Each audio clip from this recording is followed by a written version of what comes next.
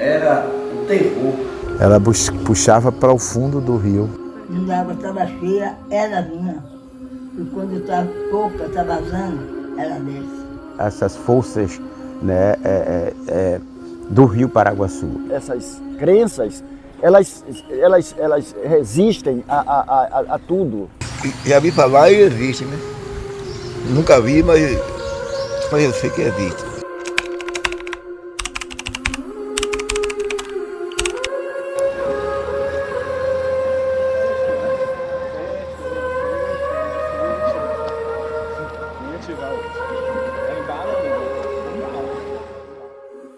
O Rio Paraguaçu, ele tem as suas razões de vivência, né? E uma dessas razões era a presença de uma mão,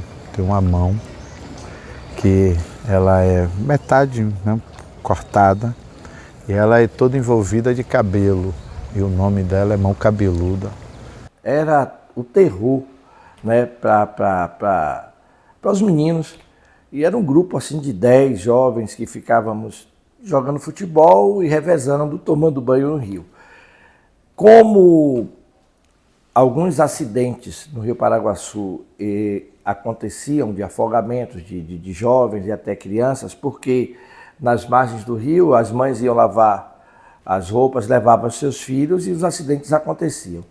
Então, quando a gente ia tomar banho, a gente sempre ouvia falar dessa tal mão cabeluda. E pra gente era assim aterrorizante. Não prestasse atenção nas aulas, não tivesse uma vivência de respeito com os professores, com os pais, essa mão ela ficava, né, fora. Quando a pessoa olhasse ela, visse que ela fazia um jeito, ela hipnotizava e a pessoa caía no rio, a criança, o adolescente. Ela puxava para o fundo do rio e desaparecia.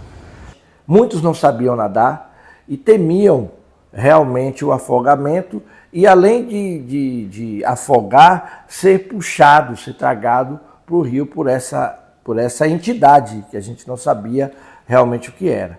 Então a única forma de buscar essa criança, a professora ou os pais pegavam a cabaça virgem, colocavam a vela, acendia e jogava na flor d'água. Onde ela surrupiasse, a pessoa estava ali. Tinha alguns dos nossos amigos que eles tinham um fôlego muito bom, então eles mergulhavam e sumiam. Cara, a gente estava assim, nadando, só via a mão puxando a perna, era um terror.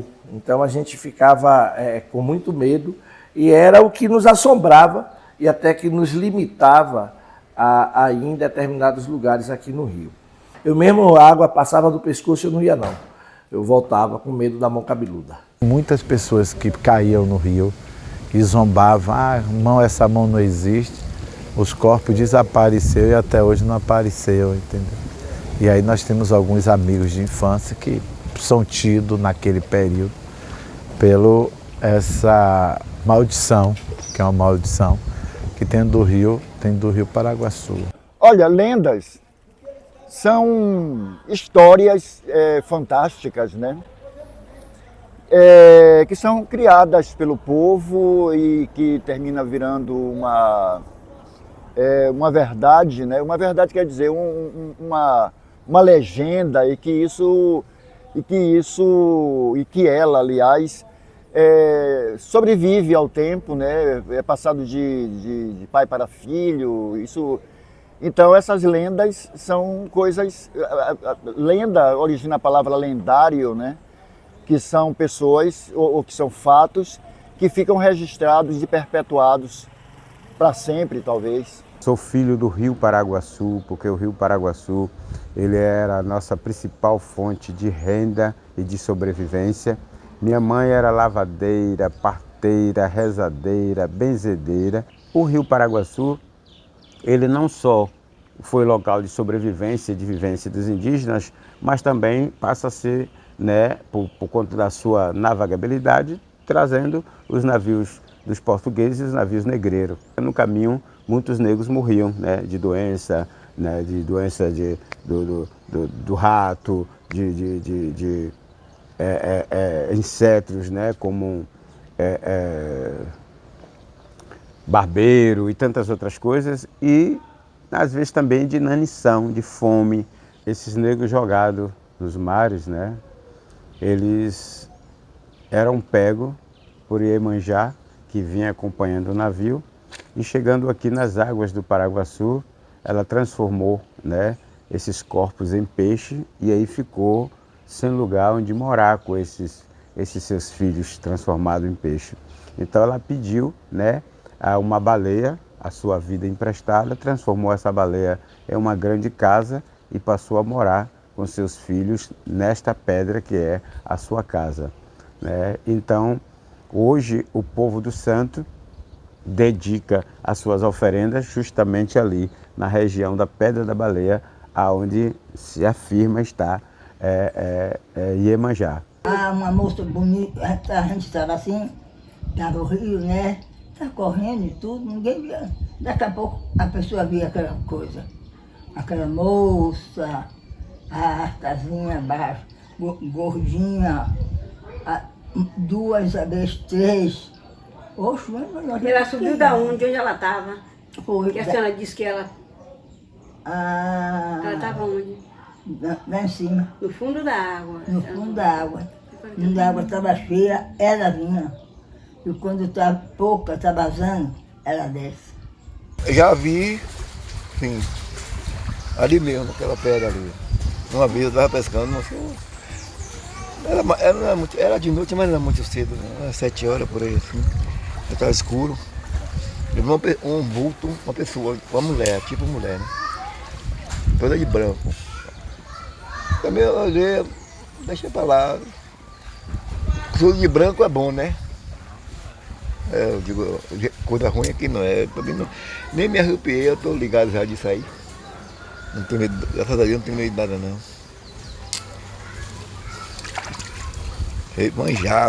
Ele me experimentou para ver se eu corria, mas não corri não.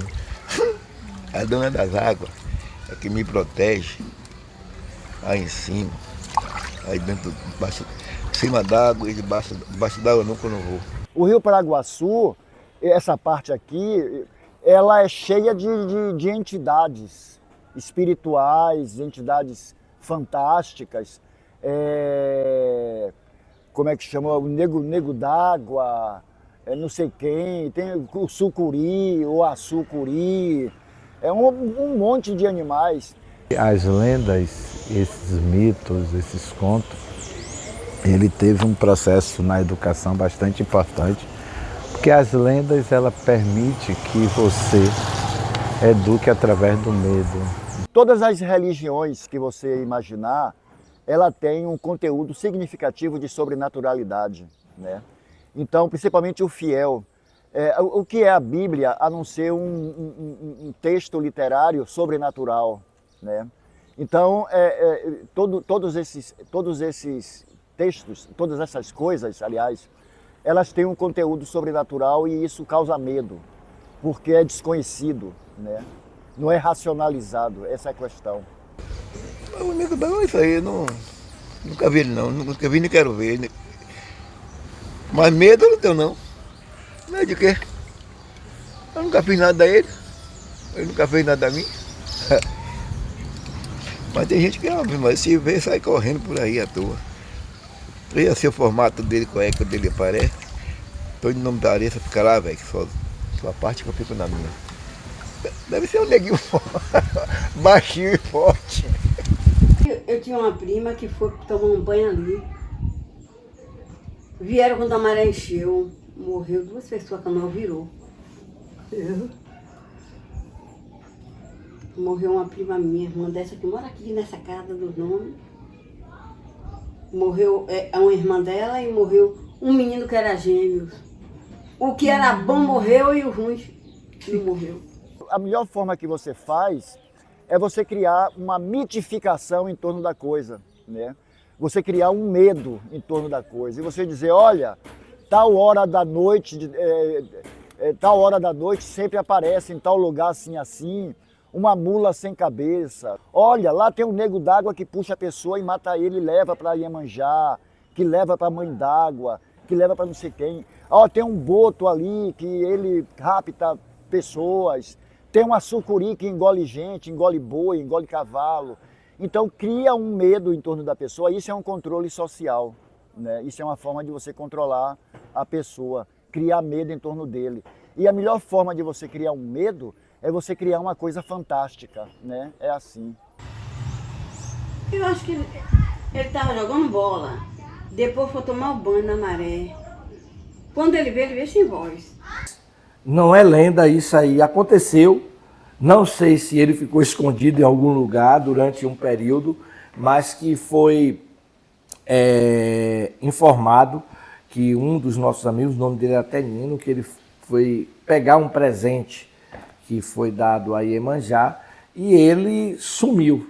Dizem que ficou embaixo d'água durante um período e quando retornou ele já não estava muito bem, ele estava variando, ficou sem falar durante um período muito grande.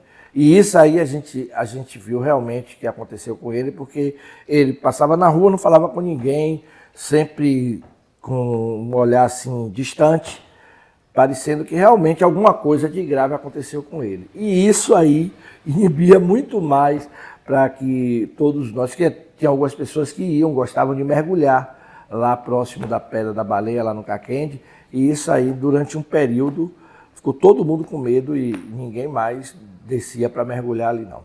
Achava uma bacia, o lugar fundo. Aí bota o presente, ele ó. A dona levou porque é dela aquele ali. Ela não quer, fica em cima d'água boiando.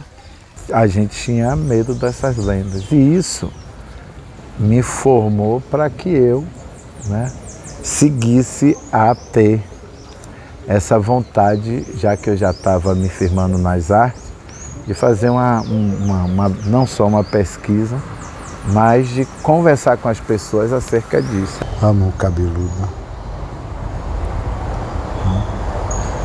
Mas essas coisas, ela existe de uma forma jocosa.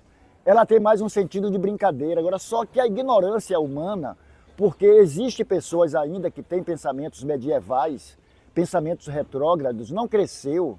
Sabe? Tem gente que acredita até em mula sem cabeça, em Papai Noel. Tem gente que acredita em Papai Noel, sabe? Ainda hoje. E para essa juventude, né, os meus alunos nem tomam banho no rio. É muito difícil a gente ouvir falar de alguém que passeou de canoa, que toma banho no rio, totalmente diferente da época que nós vivíamos como adolescentes e jovens. Então, essa geração, mesmo de adolescentes que estão próximos a esses lugares, eles não têm essa relação com o rio como nós temos, e muito menos com essas lendas. É muito difícil ouvir ou até falar de lendas aqui de Cachoeira para esses meninos aqui. É muito complicado.